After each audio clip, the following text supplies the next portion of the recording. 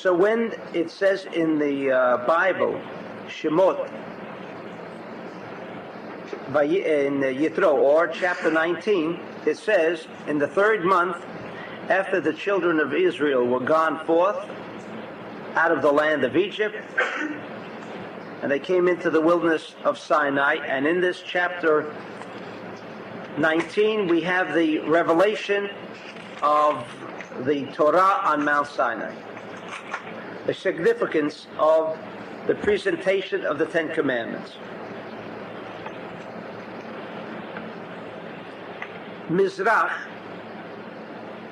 which we also learned, means central column.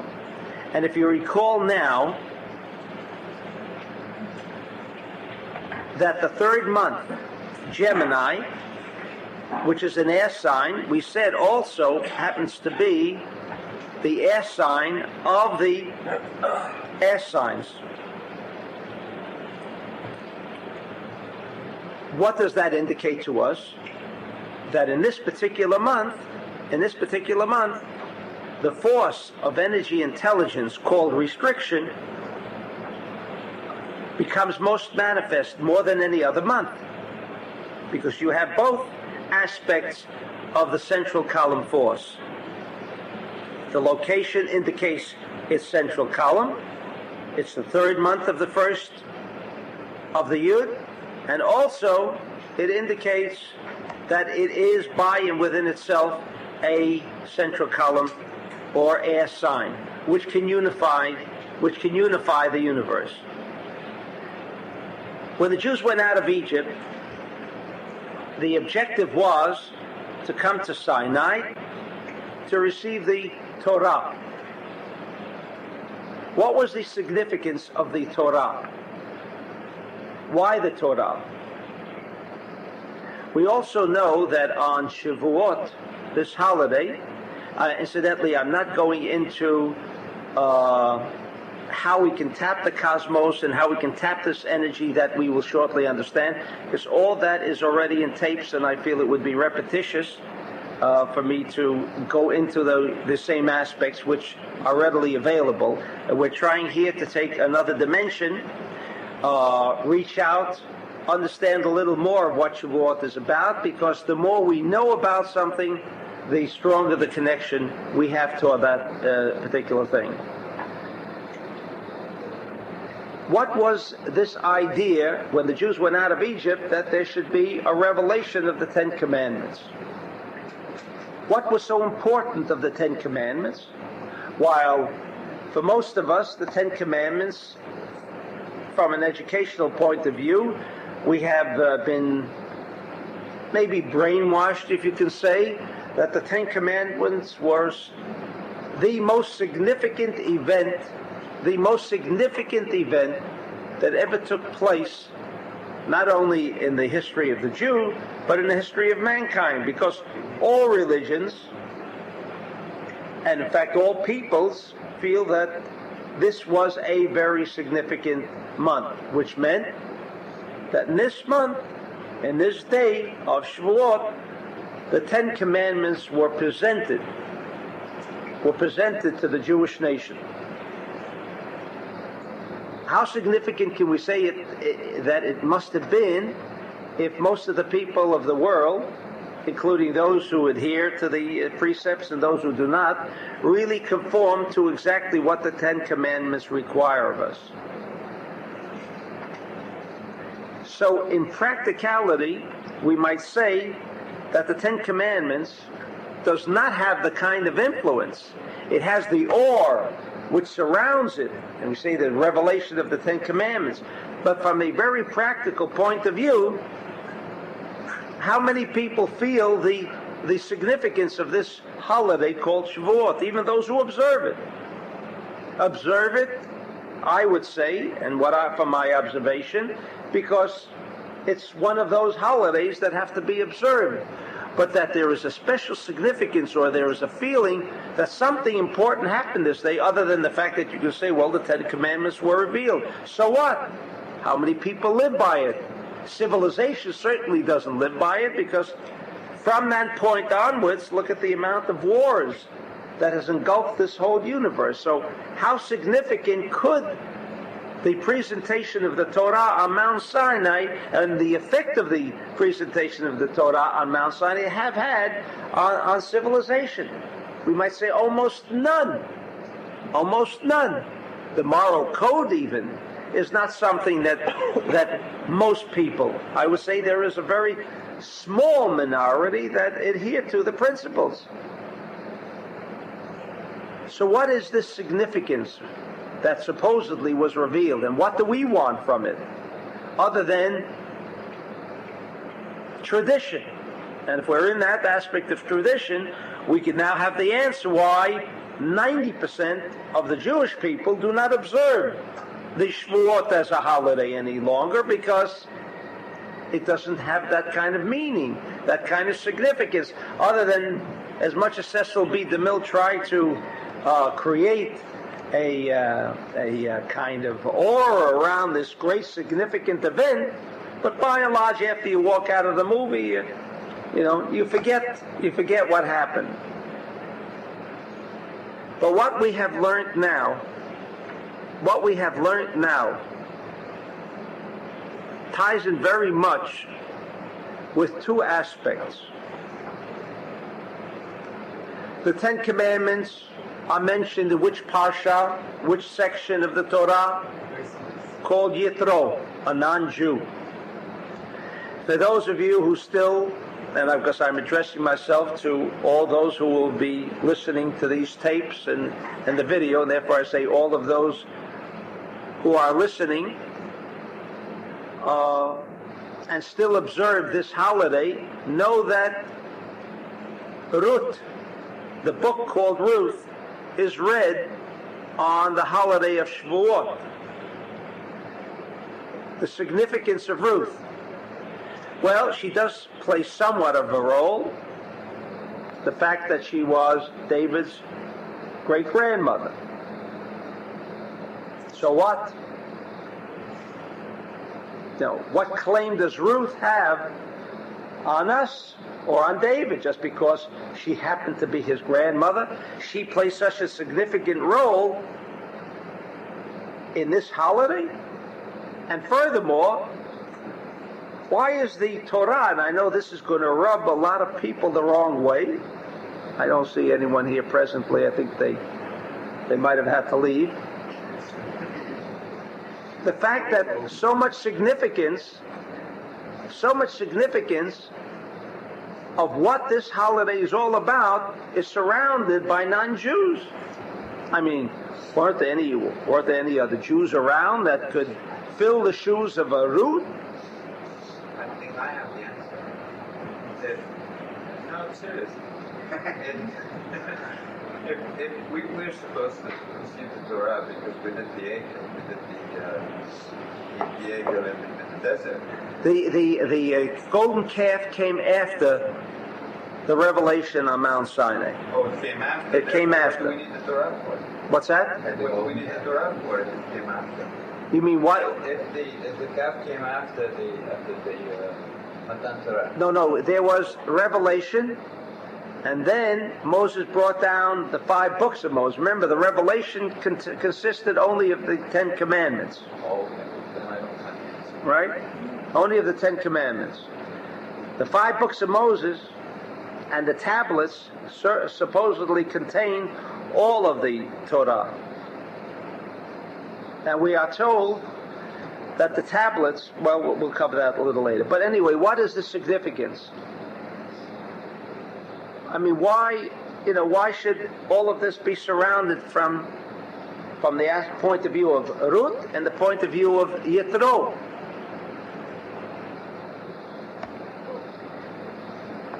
We are stressing here the significance. We are stressing here the significance of East, of central column. We also have a clue as to why the revelation on Mount Sinai occurred in the 3rd month, meaning the month of Gemini, because obviously the revelation has some connection also with central column. We also know for those of you who have attended some of the introductory classes of the center, that what happened on Mount Sinai? What was significant on Mount Sinai? The Jews said, Nasa v'nishma. The Jews said, we shall do, and then tell us what it says. Now, I don't think there is one Jew alive today that believes that story. Because from pure experience, whoever listens after we hear, let alone do before we hear. It's not the trait of a Jew. Because if he is an inquisitive person, of which he should be, and if he has something that seems to be unique about him, and there is something unique,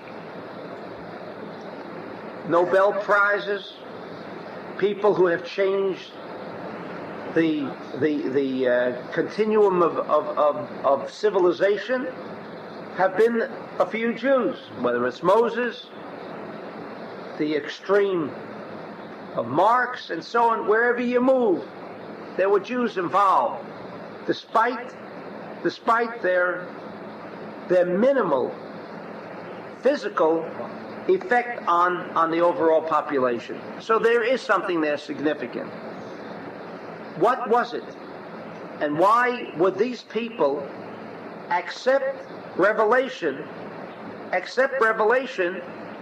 before they even heard what the Ten Commandments were all about? What's that? There was the Arab, that was the no. That's Well, already. In any event, the answer that we ascribe, and because I don't want to go into detail, as I said, much of this is covered in introductory lectures, and I don't think it's fair to repeat them. And that is that Naseh v'nishma, when it says the word Naseh v'nishma, it is another coded example of what the Torah is all about. In one other place in the Torah, it says, not one, but one significant place where it says the word Naseh, and that is in Genesis 1, when the Creator spoke to somebody and said, Naseh Adam, let us make man. Let us make man. In other words, the word Naseh, translated as we will do, doesn't necessarily mean we will do, but that we are going to be made or we are going to make, not necessarily do. And so from the Kabbalistic point of view of what happened on Mount Sinai is where these people, these very primitive people called Jews,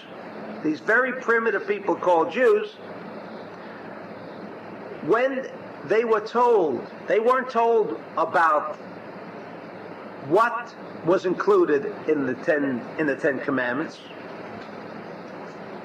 but they were told what the Ten Commandments would do for them. That they were told in advance. And what were they told it would do, says the Zohar in Parshat Yitro? There would be revelation. But that word revelation has become corrupted. Revelation of the Ten Commandments. What a great feat. That's not what it meant.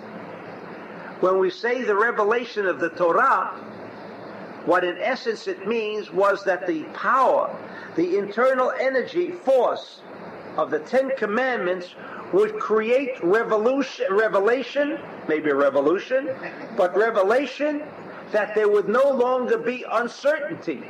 In other words, there would be vada'ut, there would be certainty in the world. That was the power that the Ten Commandments would provide for civilization. Not the fact that do not kill, do not steal. The power of these aspects, they understood, would create certainty and remove permanently uncertainty. Now, there is no greater blessing for all of mankind is the fact that you can see from beginning to end. There is no uncertainty. The one problem, if I were to ask, what is the problem of civilization today? I can describe it in one word. And I would not say housing, I would not say food, I would not say the other thousands of answers given for the problems of society. I would say there is one answer, and that is the energy intelligence of uncertainty prevails. Everyone is worried about tomorrow. No one knows what tomorrow will bring. And that creates fears and creates everything, but it's uncertainty. So when we discuss revelation on Mount Sinai, we are discussing what? Revelation. We are discussing that the reality of life became revealed and there was no more illusion. And everybody could see from beginning to end. Everyone saw the whole picture. You saw that if someone thought he would come in to steal something from your house, you saw it in advance. Everyone would see everything in advance. When the Jew heard this, this is a prize. This is a prize. And so when he said, how to affect it can come later, but are you telling me this is what it is? Of course. But he said, how do you achieve something like that? And the Creator said, you're going to have to become a real Jew. What do you mean a real Jew? You're going to have the extreme and epitome of desire to receive for oneself alone. That wasn't too hard to convince the Jew about.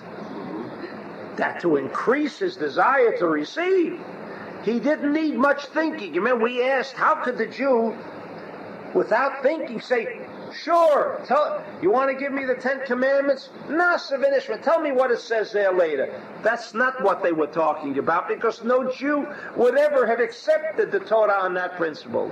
They were told in advance, you want to have the greatest desire to receive, because it is the only way that everything, all knowledge that could be acquired would, of necessity, must contain a vessel that can draw all this kind of energy, all this kind of intelligence. So what happened with the word naseh, they agreed to become, like it says in Genesis 1, a new creation, a creation of the epitome of the desire to receive for oneself alone. Because the rewards meant everything that the Jew could accept, and he did accept it.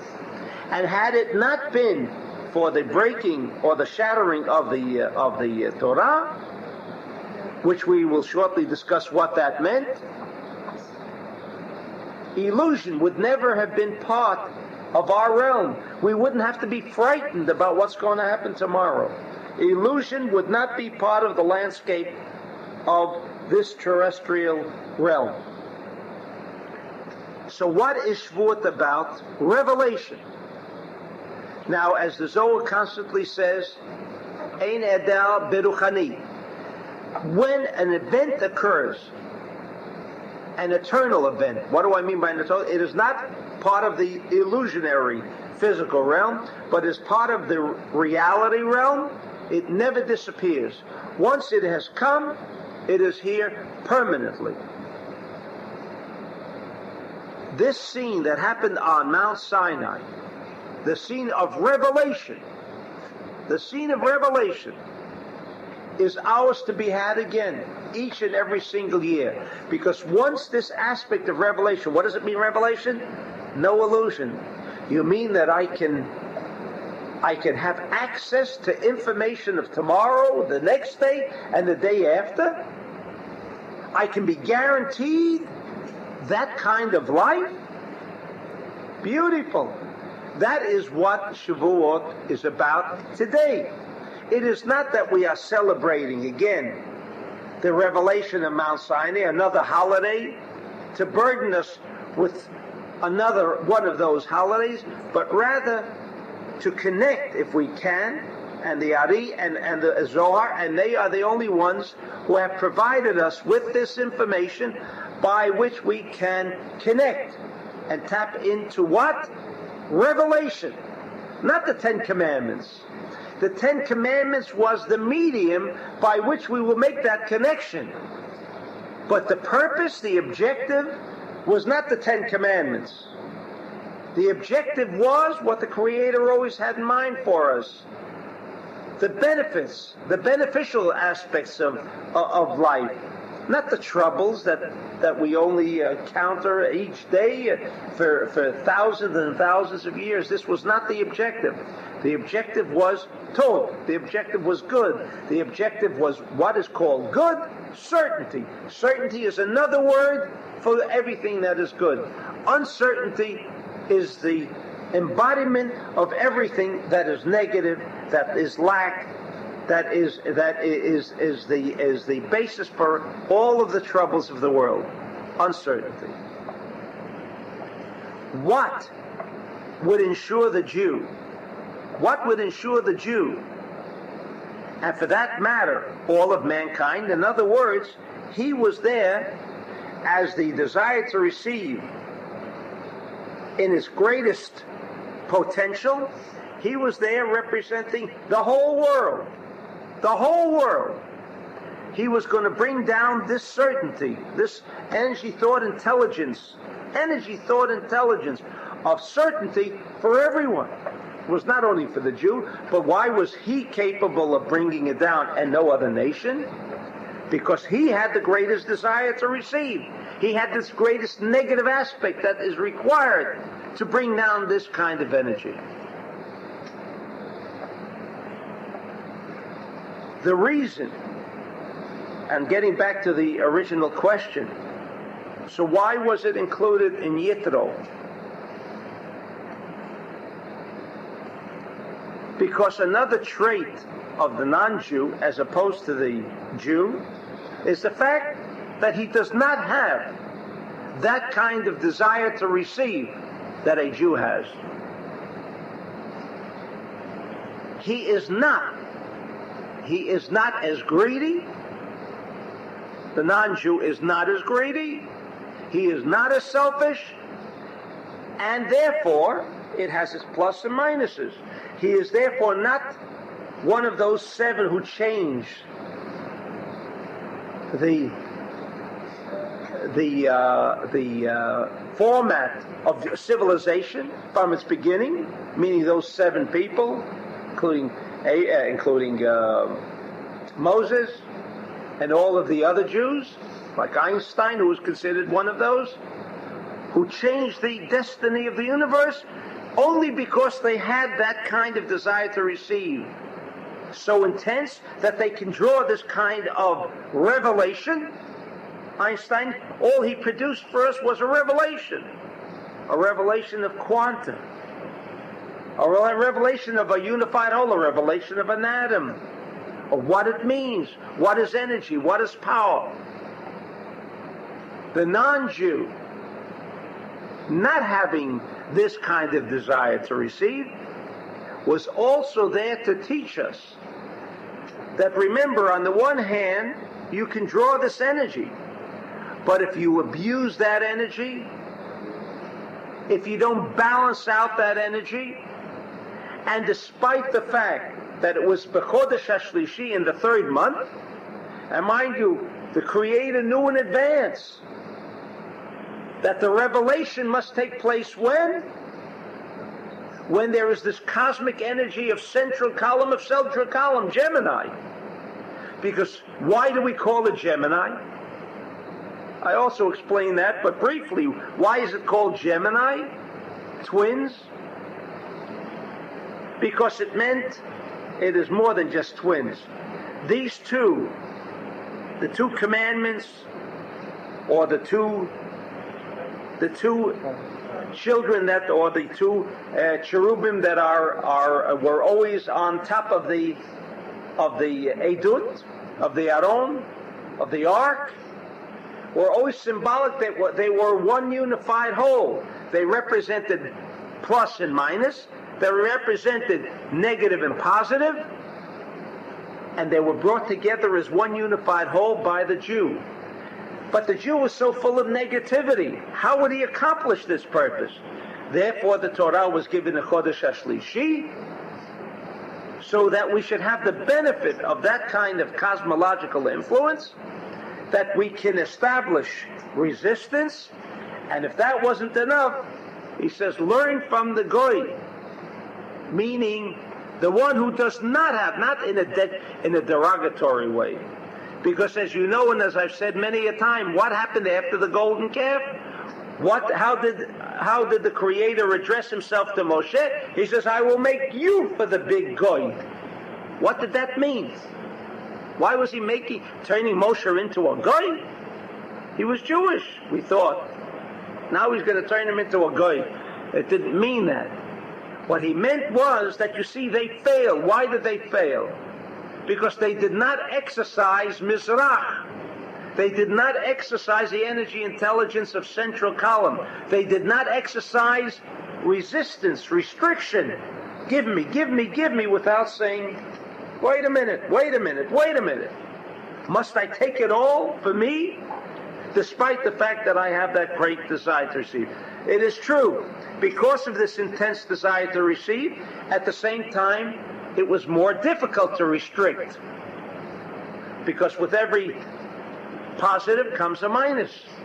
They can draw more energy, but at the same time, they could fall victim to the fact that they would not restrict. And therefore, it was a Yitro and a Rut. Two. Now, while the Zohar says that Ruth was the Moabite, and the Torah even says that while the Moab could not enter the congregation of Israel, the Moabite could.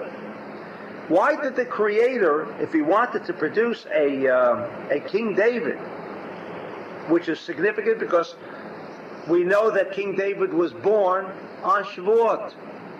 He was born on Shavuot. Why was he born on Shavuot? We'll shortly get to that. But the significance is his grandmother, great-grandmother, Ruth. What was so significant? Why couldn't the Creator have arranged it that he comes straight down the line? Straight down the line, Jew after Jew, and out comes David.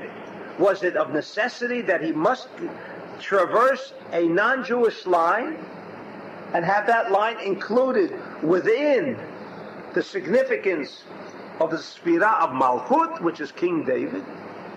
Why was it necessary? He could just as well have planned it and have the great-grandmother come straight from a line of a Jewish tribe. Why did he arrange it that way? For the same reason that we learn also in Parshat Yitro, the Pasha, the whole section is referred to Yitro, and we can ask one other question. Moshe couldn't find a nice Jewish girl to marry?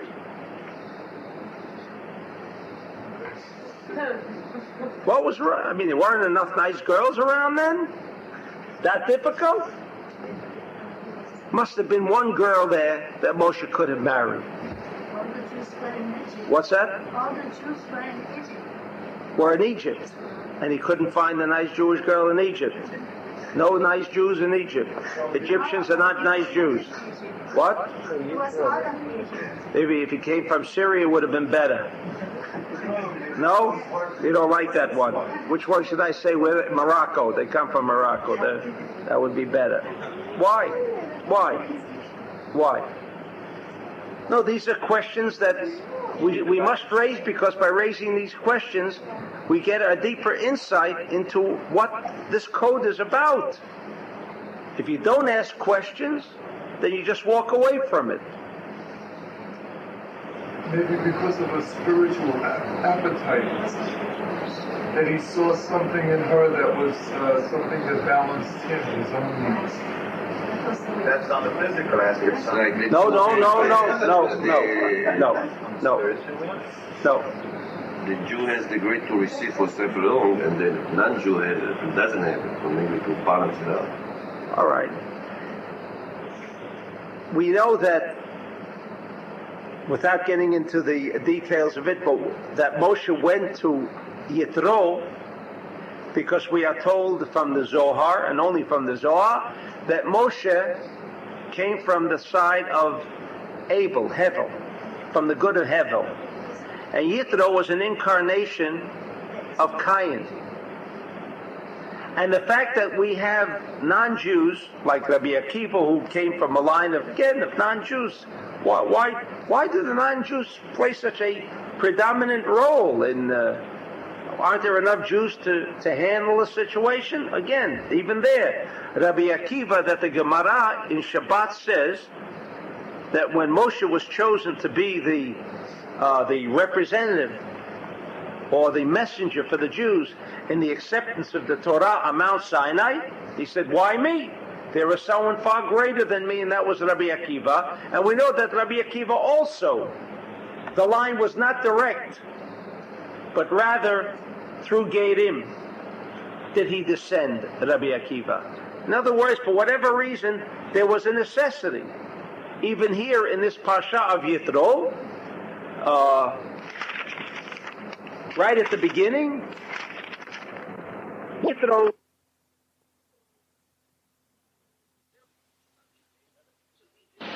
in chapter 18, verse 13. And it came to pass on the morrow that Moses sat to judge the people, and the people stood about Moses from the morning unto the evening.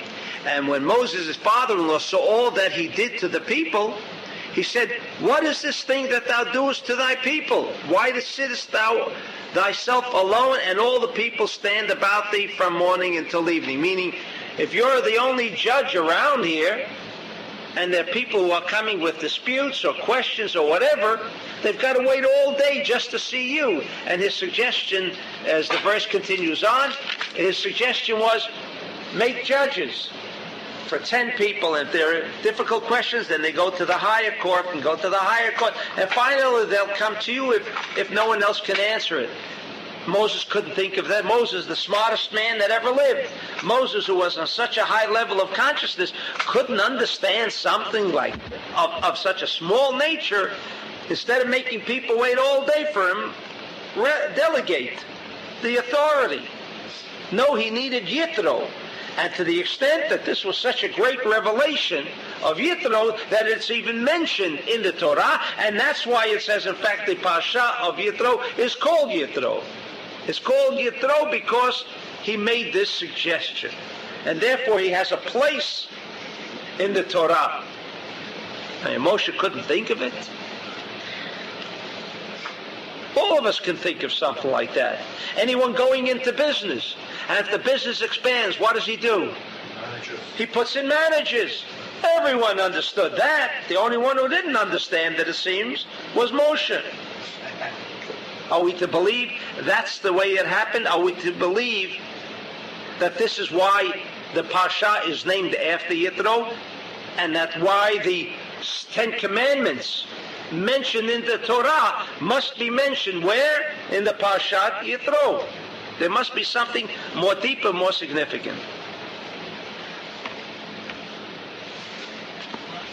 Along with what we have just said, and to make our connection and understanding, in other words, whatever we hear tonight, whatever we hear here tonight, we shall hopefully capture on higher levels of consciousness.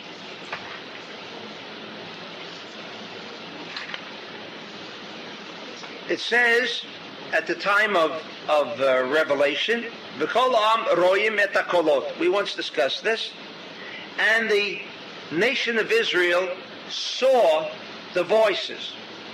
Saw the voices. Roim, shomim hayat tzarich lomar. The Zohar asks, should not have said they saw the voices. They heard the voices.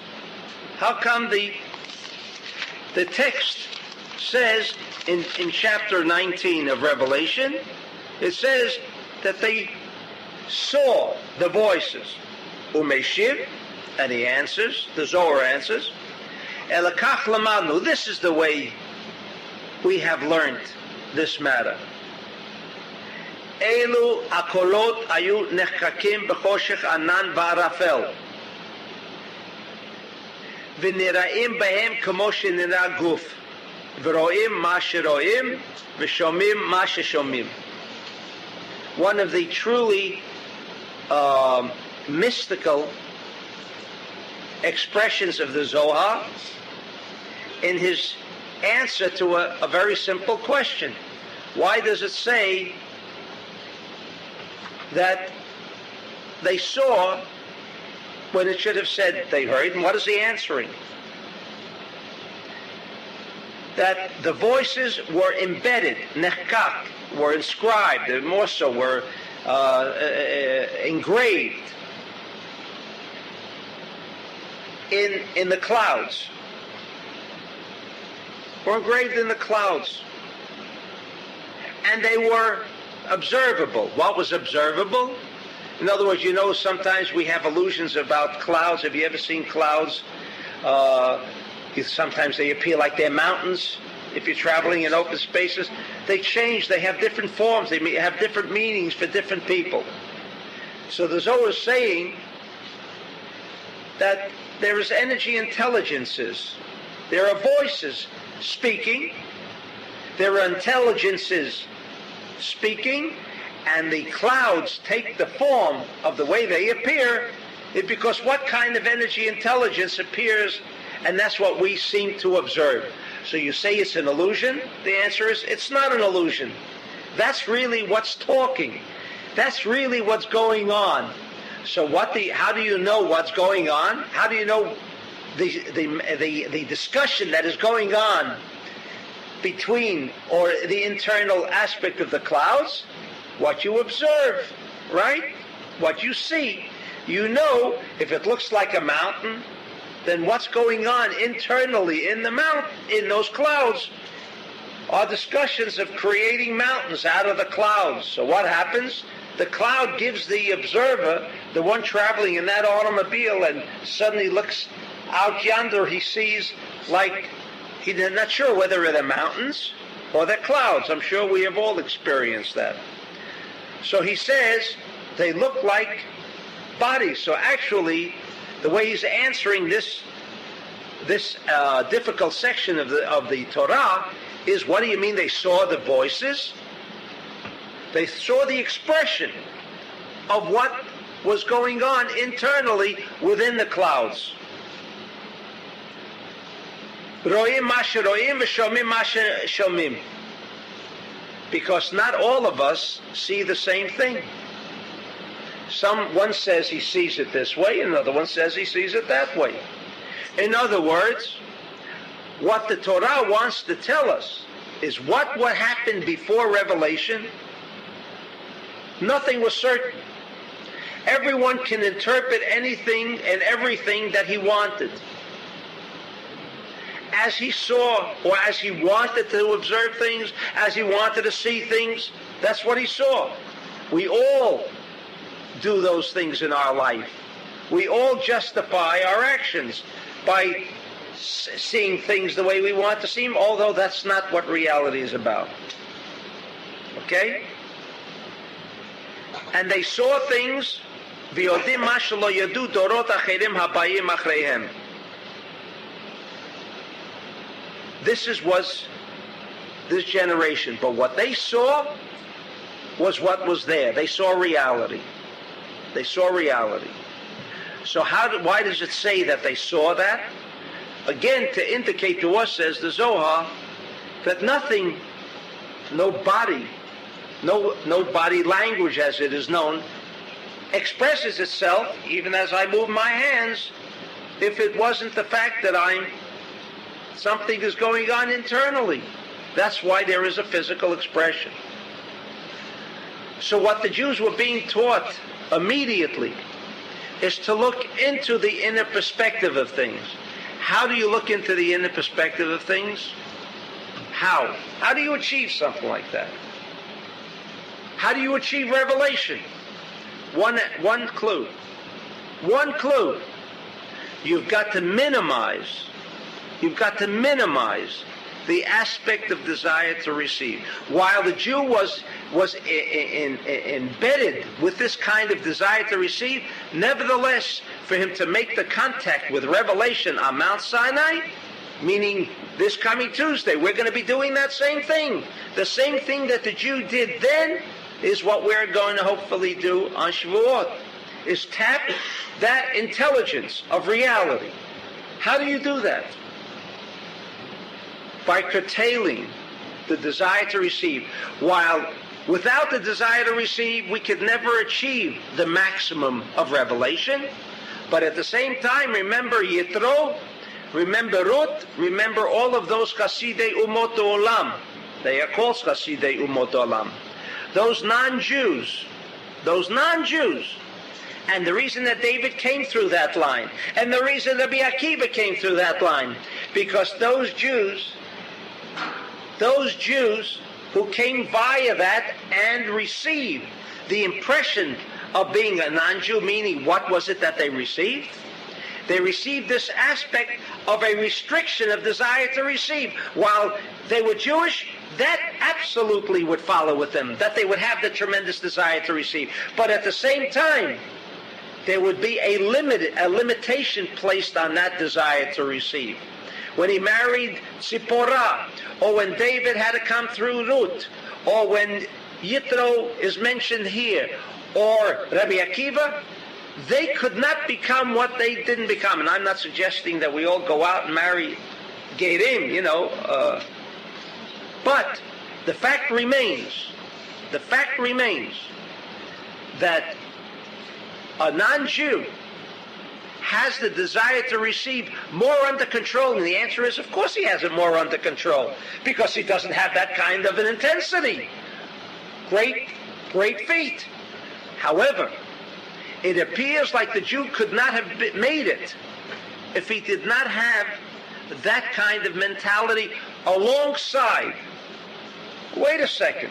You look at the non-Jew, you learn. He doesn't have this kind of intensity, this kind of, in Israel they say the schwitzer. That Jew, he's the schwitzer.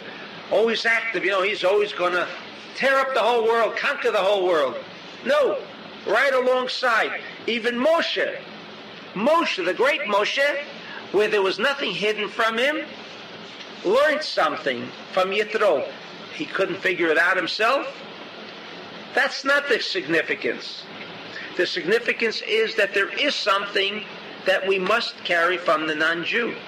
And that's why, in fact, Ruth, Resh Vav Tav, is 606. What does that denote for us? Because we know that the 7 mitzvot of Bnei Noach, in other words, there were 7 mitzvot before the 613. On Mount Sinai, revelation only included another 606.